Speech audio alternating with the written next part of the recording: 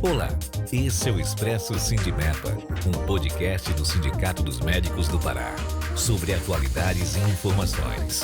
Siga nosso perfil na sua plataforma preferida e acompanhe todos os episódios. Olá, estamos de volta para mais um Expresso Sindimepa, o podcast do Sindicato dos Médicos do Pará. Eu sou o Wilson Machado, diretor de comunicação, e recebo hoje aqui o médico psiquiatra Mário Machado, que é membro titular da Associação Brasileira de Psiquiatria, gerente clínico da Clínica Mário Machado, trabalha com neuromodulação e cetamina nas indicações psiquiátricas. É um grande prazer, Mário, te receber hoje aqui no Sindicato dos Médicos. Tenho certeza que nós vamos atender uma série de curiosidades que existem não só nos próprios médicos, naqueles que têm interesse em saúde, como a nossa audiência como um todo. Seja muito bem-vindo.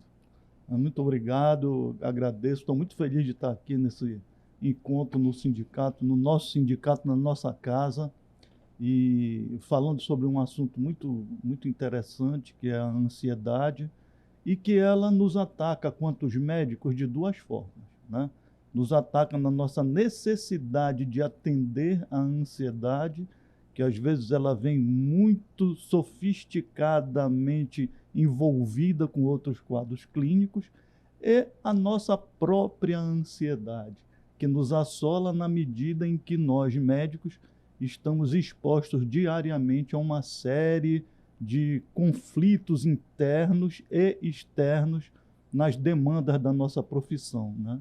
Então, a gente veio aqui com muita alegria para conversar sobre isso. Então, Mário, hoje é uma preocupação permanente de todos nós, porque parece que os casos de desequilíbrio emocional, particularmente a questão da ansiedade, inclusive com quadros de depressão, etc., vem se intensificando muito no meio dos profissionais de saúde e da população como um todo. No nosso caso em particular, é uma preocupação porque, inclusive, os profissionais médicos que são treinados e preparados para atender e garantir a boa saúde dos seus pacientes, evidentemente que se eles têm algum distúrbio dessa natureza, não poderá exercer plenamente com a expectativa de cura dos males que afetam nossos pacientes. Pode ter uma influência direta e altamente comprometedora do exercício efetivo da medicina. Queria que você comentasse um pouco sobre isso, se realmente os casos na sua clínica, na sua experiência do dia a dia, têm aumentado mesmo entre os profissionais de saúde, ou se isto é mais o público externo. Enfim, me faça comentários sobre isso. Eu vou te contar um caso, isso, para começar. Certo dia, eu cheguei para atender no consultório e eu passava pela sala da recepção onde estavam os pacientes sentados. E, boa tarde, olhei e de repente uma coisa me chamou a atenção. Era um paciente que estava sentado com um relógio muito grande. Um relógio que chamava muita atenção.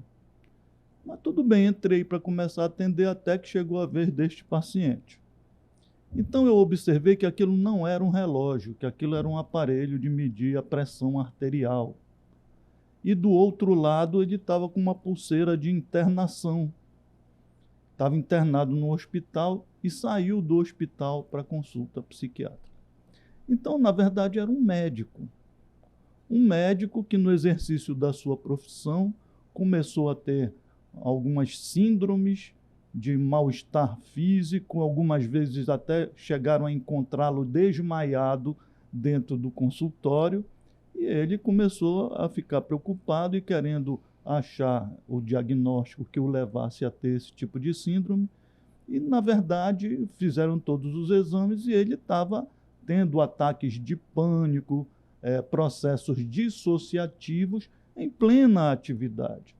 Então, é uma pessoa até muito bem sucedida, gostava muito do que fazia, mas, por exemplo, estava há alguns anos sem tirar férias dignas, né?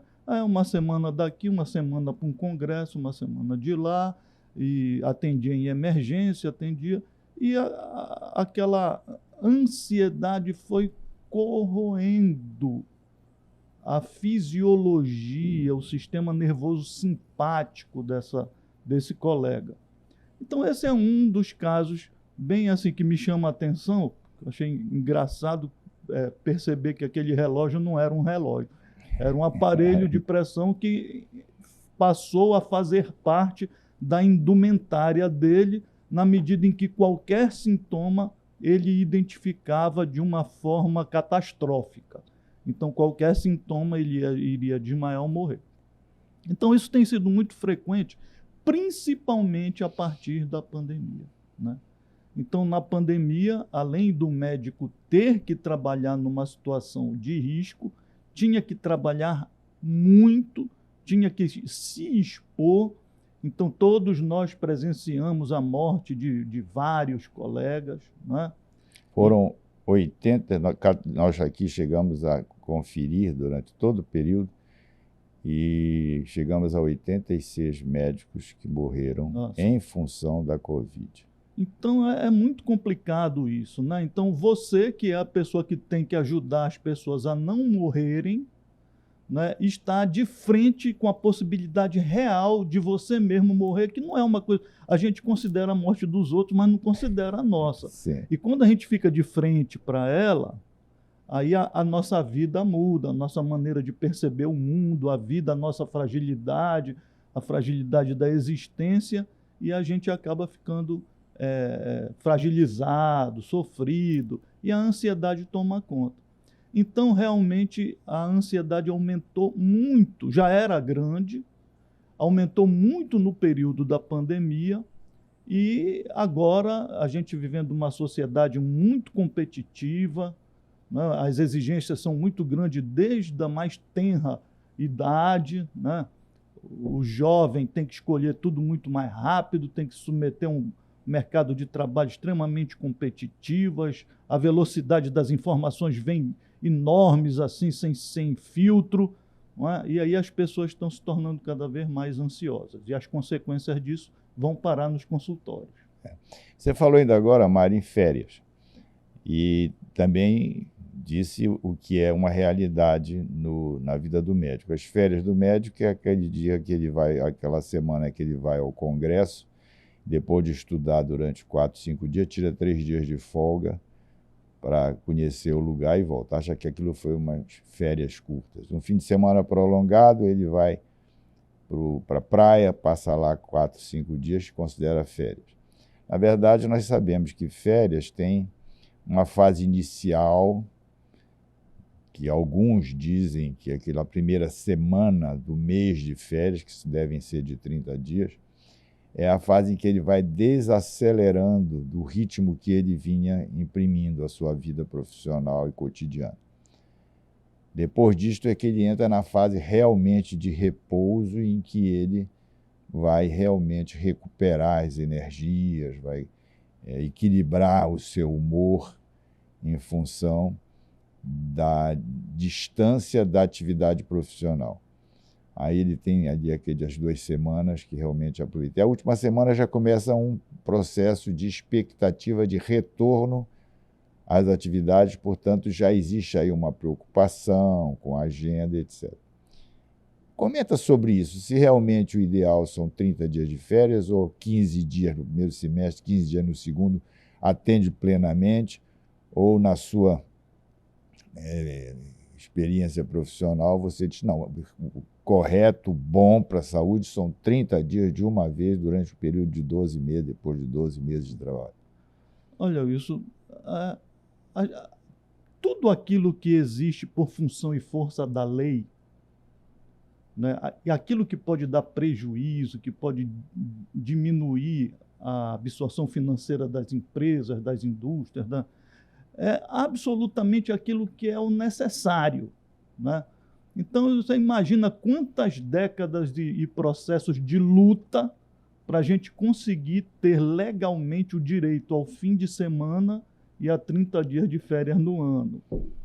Então, imagina o absurdo que foi a luta para isso, e quando conseguiram chegar nesse consenso é porque é aquilo que é o absolutamente necessário para a pessoa conseguir se recompor. A gente sabe, por exemplo, o câncer, né? O câncer tem 20% de questões genéticas e o resto tudo é de más condições de vida, condições inadequadas. A pessoa vai, aos poucos, querendo se adaptar a coisas que são inadaptáveis, e isso vai trazendo uma consequência. E para a gente, em relação às férias, é a mesma coisa. Então, nós temos uma consciência, a nossa consciência tem um horizonte, esse horizonte se estreita, se alarga, sobe e desce. Quando a gente passa muito tempo trabalhando, o horizonte da nossa consciência ele vai se estreitando em cima daquilo. Ou seja, com o tempo a gente para de considerar uma série de outras coisas normais na vida da gente. E isso corresponde exatamente ao nosso metabolismo. O nosso metabolismo vai se preparando para viver sob o impacto da atividade, a necessidade de energia, de atenção para aquilo. E chega uma hora que a gente não consegue mais se recompor daquilo. E aí os nossos mecanismos de compensação, eles vão se esgotando, né? E aí você vai ter uma produção de corticoide muito grande, né? Você vai ter uma produção de adrenalina e noradrenalina muito grande, a sua acomodação vagal vai mudando, ou seja, o sangue vai passando cada vez menos tempo nas veias periféricas e vai passando cada vez mais tempo dentro das artérias, e aí a pressão aumenta, né? O cortisol vai fazer o fígado ficar produzindo glicogênio sem necessidade, vai ficar fazendo com que o nosso sistema imunológico comece a emitir anticorpos desnecessários que vão se depositar nos tecidos e criar inflamações, né? Então, o que acontece? É muito importante que a gente tenha, eu digo para os meus pacientes, que a gente tenha, no mínimo, um dia de folga na semana, mas é folga. É para você desligar o celular, para você deixar o relógio de lado, para você fazer aquilo que a sua biologia estiver lhe pedindo. Quer dormir, dorme, quer acordar, acorda, quer comer, come, quer sorrir, sorria, quer assistir cinema, assiste. Você abre seu horizonte. Durante a semana você fecha, fim de semana você abre. E durante as férias, né? Então, nas férias, a gente vai recompor toda a nossa fisiologia e vai repor, por exemplo, as proteínas que a gente não deu conta de repor, né? Os hormônios que a gente não deu conta de repor e ficou gastando desordenadamente.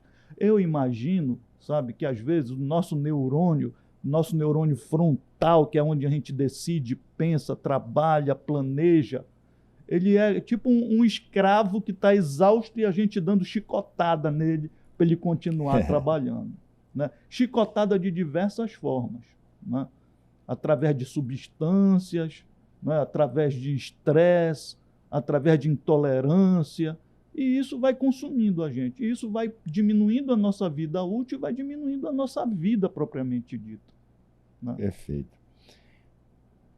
Espetáculo, né? Quanto à orientação, ensinamento técnico, profissional, dentro da especialidade que tanta curiosidade nos causa, e nós precisamos realmente, nós da área de saúde, precisamos ter atenção para isso, para melhorar a condição de vida. Aqui eu acrescento, inclusive, Mário, a questão alimentar, não é? Porque o médico come muito mal. Muito mal. Ele não reserva aquelas 2 horas que deve reservar para fazer um bom almoço, para poder comer com tranquilidade, saboreando o alimento, depois aquela horinha a mais para poder fazer a digestão, para voltar ao trabalho. O médico não, ele faz um horário só. Nós, da saúde como um todo, não paramos para as refeições. Eu, por exemplo, anestesista que sou, não me recordo o dia que eu sentei à mesa na hora do almoço para fazer uma refeição, né, como deve ser feita. Normalmente você come alguma coisa, uma fruta, um sanduíche em pé dentro do centro cirúrgico, no intervalo de uma cirurgia ou outra, quando estão preparando a sala de cirurgia, para poder atender aquela cobrança do estômago. Você nem saboreia coisa nenhuma. Deixa para fazer essa refeição no jantar. Mas nós vamos encerrar esse primeiro episódio desse bate-papo com o Dr. Mário Machado, psiquiatra, e voltaremos na próxima semana com o segundo episódio do Expresso Sindimeba. Não esqueçam de guardar e já ir reservando o cafezinho de vocês para que possam acompanhar os outros 3 episódios.